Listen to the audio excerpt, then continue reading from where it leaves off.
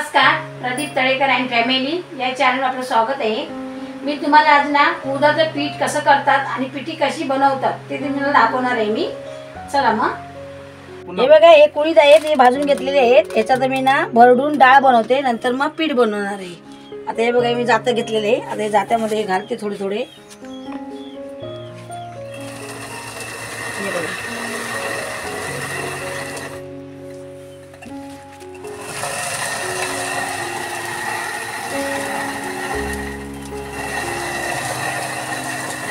ही बघा कशी डाळ बनते बघा। आता हे बघा, ही डाळ अशी बनणार। मग मी आसळून वगैरे तुम्हाला मी दाखवते। हे बघा, मी कुळदाची डाळ केलेली आहे। आता ही बघा मी चांगली पाकडून घेते अशी पातून। हे बघा, सूप बघा असं आमच्या गावाला सूप असतो। या सूपातून असं डाळ करून घेते मी।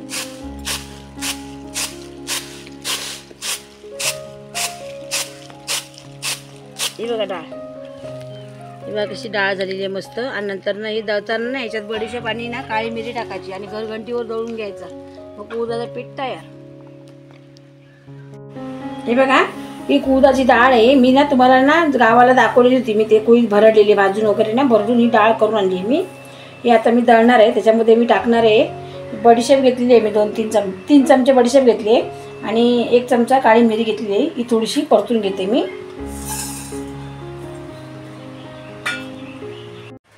हे बघा, काळी मिरी आणि बडीशेप आहे, ही थोडीशी मी परतून घेते, कारण मग मस्त लागते बेसन आपल्याला ना। हे कुळदाचं पीठ बनवतो ना, हे छान लागतो।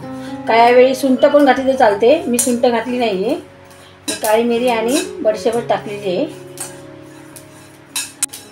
हे बघा, चांगलं मी परतून घेतलेले आहे आणि आता या डाळीमध्ये टाकते। आणि हे बघा, हे कुळीद आहेत ना, हे आमचे घरचेच कुळीद आहेत। बहिणीने केलेली होती शेती याची, तर तिने मला कुळीद दिली होती, ते मी आता भरडून गावावरून आणलेले आहे। आता याचे मस्तपैकी आपण पीठ बनवूया आणि पॅक बंद डब्यामध्ये ठेवून द्यायचं। मग आपल्याला पाऊसभर थोडीशी पिठी बनवायची, मी तुम्हाला ती दाखवणार आहे कशी बनवायची काय। आता आपण दळून घेऊया। हे बघा, आता मी हे दळून घेते। याच्यामध्ये ना तुमच्याकडे जर खड्याची हळद असेल ना, हळकुंड बारीक करून टाकला ना तरी पण चालेल, पण मी टाकला नाही याच्यामध्ये। आता मी हे दळून घेते।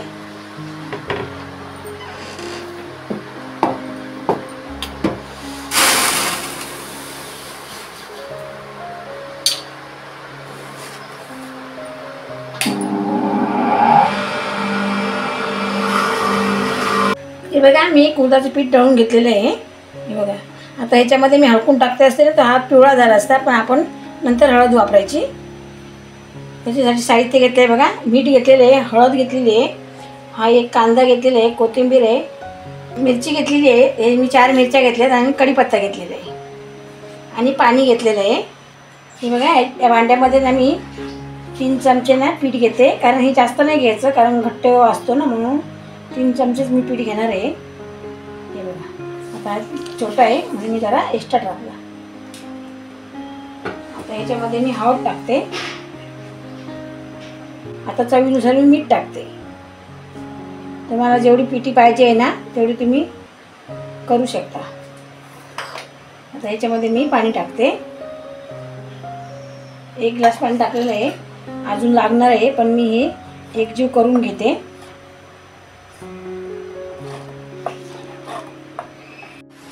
हे बघा, पातेला गरम झालेलं आहे, त्याच्यामध्ये मी तेल टाकते। 2 चमचे तेल टाकलेले आहे। त्याच्यामध्ये मी कांदा टाकते आणि कढीपत्ता टाकते, मिरची पण टाकते। बघा, कांदा, मिरची, कढीपत्ता टाकलेले आहे। साधी आणि सिंपल रेसिपी आहे ही आमच्या कोकणात ना। आता शेतीच्या टायमाला घाई गडबड असते ना, तेव्हा भात, पिठी आणि लोणचा असं असतं। हे बघा, कांदा आणि मिरची चांगली झालेली आहे। आता मी परतून घेतलेली आहे ना, आता मी याच्यामध्ये पीठ टाकून घेते। हे बघा, एक जीव करून घेतलेलं पीठ आहे। बघा, असं करून घ्यायचं। हे आता पातळ असेल ना तरी पण हे घट्ट होईल आणि आपल्याला झटपट होणारी रेसिपी आहे ही। पटकन आपल्याला काय बनवताना आलं ना, ही पिठी बनवायची। आता याच्यामध्ये मी थोडंसं पाणी टाकते।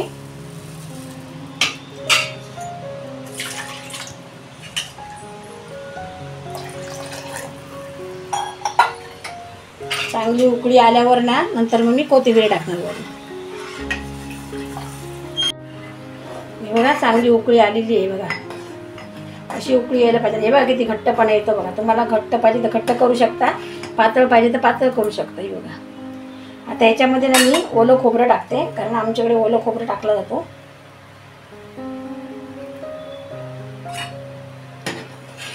आणि तुम्ही अशी करून बघा, मस्त लागते पिठी आणि भात.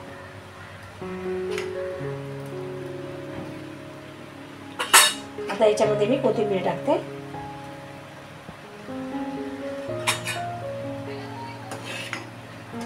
पिठी तयार झालेली आहे.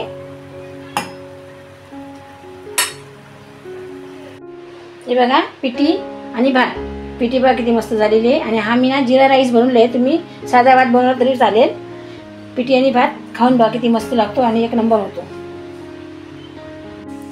हे बघा उडदाची पिठी तयार झालेली आहे. आवडल्यास जास्तीत जास्त शेअर करा, कमेंट करा, लाईक करा आणि सबस्क्राईब करा. चला मग बाय. असेच नवनवीन व्हिडिओ पाहण्यासाठी आपल्या चॅनलला सबस्क्राईब करा आणि बेल आयकॉनला नक्की दाबा.